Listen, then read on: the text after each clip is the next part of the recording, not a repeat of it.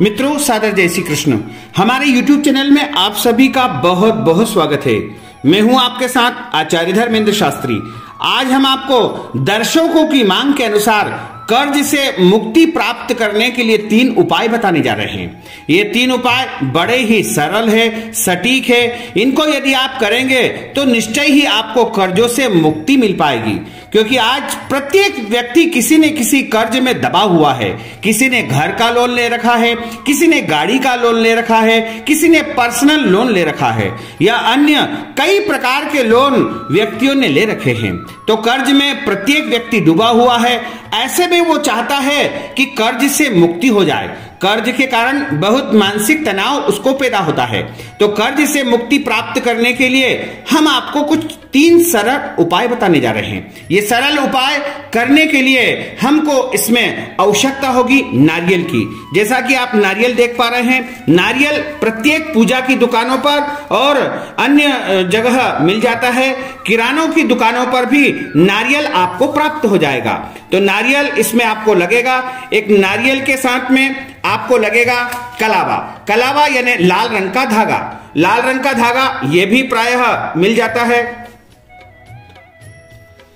इस कलावे की जगह आप कोई सा भी लाल रंग का धागा भी ले सकते हैं। वैसे पूजा वाला कलावा, मोली ये इसमें ज्यादा उपयोगी है। यदि नहीं मिले तो आप कोई सा भी ऊनी लाल धागा भी ले सकते हैं। होना चाहिए लाल धागा। और इसके साथ आपको लगेगा लाल रंग की रोली। रोली कुमकुम, जो कि हमारे घर में प्रायः सभी के घरों में रोली उपलब्ध हो जाती है। थोड़ी सी रोली हमको लेना है और इसके साथ लेना है हमको घी। घी जो कि इस रोली में हम उपयोग करेंगे वो घी हमको लेना है। इसी के साथ हम लेंगे सरसों। सरसों जो कि काले रंग की सरसों होती है, इसे हम राई भी कहते हैं। कहीं पर इसे सरसों कहते हैं, कहीं पर राई कहते हैं। तो ज्यादातर लोग इसको राई कहते हैं, जिसे काली राई के रूप में हम अपने रसोई घर में उपयोग में लाते हैं। 1 मुट्ठी राई की इसमें आवश्यकता लगेगी। तो इस उपाय को करने के लिए सबसे पहले हमको जो उपाय करना है उसमें करना यह है कि जो हम रोली ली है उसमें हमको घी मिलाना है। रोली में उतना घी हमको मिलाना है जितनी की रोली हमारी अच्छे से गीली हो जाए, और इसको हम भिगो करके गीली कर लेंगे। घी हमारा पिघला हुआ होना चाहिए। यदि पिघला हुआ नहीं होगा तो रोली हमारी गीली नहीं हो पाएगी। रोली को अच्छी प्रकार से आप गीली कर लीजिएगा। और गीली करने के बाद में ये जो नारियल हमने लिया है, नारियल के ऊपर हम एक स्वस्तिक बनाएंगे अच्छे से। स्वस्तिक जो कि हमको सीधा बनाना है, जैसा हम बनाते जा रहे हैं उसी प्रकार आपको स्वस्तिक बनाना है। ये जो रोली हमने घी में भिगोई है, इससे अच्छी प्रकार से हमको इस नारियल के ऊपर स्वस्तिक बनाना है। और स्वस्तिक बनाना इस प्रकार है कि दोनों तरफ इस प्रकार 2 लाइनें खींचेंगे। स्वस्तिक बनाने के लिए सीधा स्वस्तिक बनाना चाहिए, उल्टा स्वस्तिक हमें नहीं बनाना है। इस बात का हमें विशेष रूप से ध्यान रखना चाहिए। तो स्वस्तिक जो होता है वो क्लॉकवाइज होता है। तो स्वस्तिक की जो आकृति है वह इस प्रकार रहेगी। इस स्वस्तिक में हमको अच्छी प्रकार से गहरा स्वस्तिक इस नारियल के ऊपर बनाना चाहिए। किसी भी प्रकार से वो मद्दा नहीं दिखे। चूंकि रोली हमारे पास पर्याप्त मात्रा में है, उसको हमने घी में भिगो लिया है। ऐसी 2 लाइनें खींचने के बाद में हमने इस प्रकार इस स्वस्तिक को पूर्ण रूप से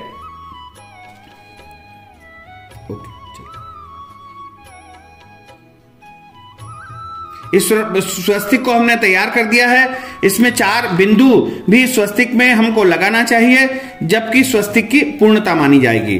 और 4 बिंदु लगाने के बाद में ये जो नारियल हमने लिया है, इसके ऊपर हमको लाल रंग का जो धागा, जिसे हम कलावा बोलते हैं या मोली भी बोलते हैं, ये मोली की हमको जो है इस प्रकार से लपेटते हुए 7 बार हमको लपेटना है। जब हम लपेटते हैं तो हमको ये जो है ध्यान रखना है मन में कि हमारा जो है कर्ज मुक्त हो जाए और हमेशा हमेशा के लिए हम कर्ज से मुक्त रहें। हमारे घर में, हमारे परिवार में किसी भी प्रकार का कोई कर्ज कभी भी नहीं हो। इस प्रकार कर्ज से मुक्ति की प्रार्थना करते हुए हम इसको 7 बार लपेट लेंगे। और फिर हम लपेटने के बाद में इसको हाथ में रख लेंगे। हाथ में रख करके हमारे इष्ट देव से या हमारे जो भी देवता है उनसे हम प्रार्थना करेंगे कि हे प्रभु, हे परमात्मा, हमें कर्ज से मुक्ति दिलवाइएगा। आप अपने इष्ट देवता का, जिनको भी आप मानते हैं, शंकर भगवान को मानते हैं, दुर्गा माता को मानते हैं, हनुमान जी को मानते हैं, या फिर आप किसी अन्य देवी देवता को, या फिर आप अन्य किसी धर्म के भी है, तो आप जिनको भी मानते हैं इस सृष्टि में, आप जिनको भी अपने इष्ट देव या देवता मानते हैं, उनसे आप प्रार्थना करिएगा कि हे प्रभु, हमारा सारा कर्ज समाप्त हो जाए और इस कर्ज के जो झंझट है उससे हम हमेशा हमेशा के लिए मुक्त रहें और हमारे ऊपर भविष्य में किसी भी प्रकार का कर्ज बिल्कुल नहीं हो। इस प्रकार प्रार्थना करने के बाद ये जो नारियल हमने लिया है इसको हम विसर्जित कर देंगे। विसर्जित करने के लिए किसी जलाशय की हमको जरूरत पड़ेगी। जलाशय यानी कोई कुआं हो सकता है, कोई बावड़ी हो सकती है, कोई नदी हो सकता है, कोई तालाब हो सकता है, समुद्र हो सकता है, सागर हो सकता है, या अन्य कोई भी जलाशय। यदि आप जलाशय तक नहीं पहुंच पाते हैं पहले ही दिन, तो आप इस उपाय को करने के बाद इस नारियल को अपने घर के बाहर किसी भी शुद्ध स्थान पर रख दीजिएगा और अगले दिन प्रातःकाल जब आप घर से निकलें तब इसको जलाशय में, यानी कुआं, बावड़ी, तालाब, समुद्र, जहां आपको संभव हो सके वहां जाकर के इसको विसर्जित कर दीजिएगा। और विसर्जन करने के बाद, विसर्जन का मतलब होता है जल में इसको डाल देना। उसके बाद आप किसी से भी बात मत करिएगा और पीछे मुड़ के मत देखिएगा। इस प्रकार इस उपाय को करना है। दूसरा उपाय है, ये जो राई हमने ली है, राई को हमको पूरी हाथ में मुट्ठी में ले लेना है, यानी दोनों हाथों की मुट्ठी में हमको राई लेना है और राई को अच्छी प्रकार से हाथ में लेकर के और हाथ में रखना है। और ये जो राई हमने हाथ में रखी है इससे हमको अपने घर का बंधन करना है। राई को हमको इस प्रकार डालते जाना है कि जो घर की बाहर की दीवार है उसके पास पूरे तरफ बिखेर देना है। और इस राई को बिखेरने के बाद में ये होगा कि आपका जो घर है वो पूरी तरह से बंधन में बच जाएगा, अर्थात आगे किसी भी प्रकार के कर्ज के चक्रव्यूह में आप नहीं फंस पाएंगे। इस प्रकार से कर्ज से मुक्ति के लिए इस उपाय को आपको करना चाहिए। और साथ ही ये ध्यान रखना है कि अगले दिन प्रातः जब आपके यहाँ घर की साफ सफाई हो, झाड़ू लगे, तब इसको उठा करके और वापस भर करके जो है बाहर कचरे में या कहीं भी इसको आप फेंक दीजिएगा। इसका कोई दोष नहीं है।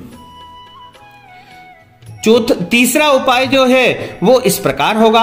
दो उपाय हमने आपको बताए। पहला उपाय हमने नारियल वाला बताया, दूसरा उपाय जो बताया वो राई वाला उपाय बताया। तीसरा उपाय यह होगा कि आप भविष्य में यह ध्यान रखिएगा कि कभी भी आपको मंगलवार के दिन कर्जा नहीं लेना है। इस बात को आप गांठ बांध ले कि यदि आपने कभी पहले लिया भी होगा तो अब भविष्य में आपको मंगलवार को कर्ज से मुक्त रखना है। यानी मंगलवार के दिन भविष्य में आप कभी भी कर्जा नहीं लेंगे। यदि बहुत ज्यादा आवश्यक हो कर्जा लेना तो आप बुधवार को ही कर्जा ले। और यह उपाय संभवतः आपको मंगलवार के दिन ही करना चाहिए, क्योंकि मंगलवार का जो दिन होता है कर्ज मुक्ति के लिए सबसे श्रेष्ठ माना जाता है और बुधवार का जो धन प्राप्ति के लिए श्रेष्ठ माना जाता है। यानी भविष्य में कभी भी आपको एक बात का ध्यान रखना है कि मंगलवार को कर्जा नहीं लेना है और बुधवार को किसी को भी अपना धन नहीं देना है। यानी बुधवार को आप धन तो ले सकते हैं, रुपया तो ले सकते हैं, कर्जा तो ले सकते हैं, लेकिन किसी को भी अपना धन बुधवार को नहीं देना है। बुधवार को अपना धन देने से हमारे घर की सुख शांति समृद्धि पराये घर चली जाती है। इसलिए इस बात को आपको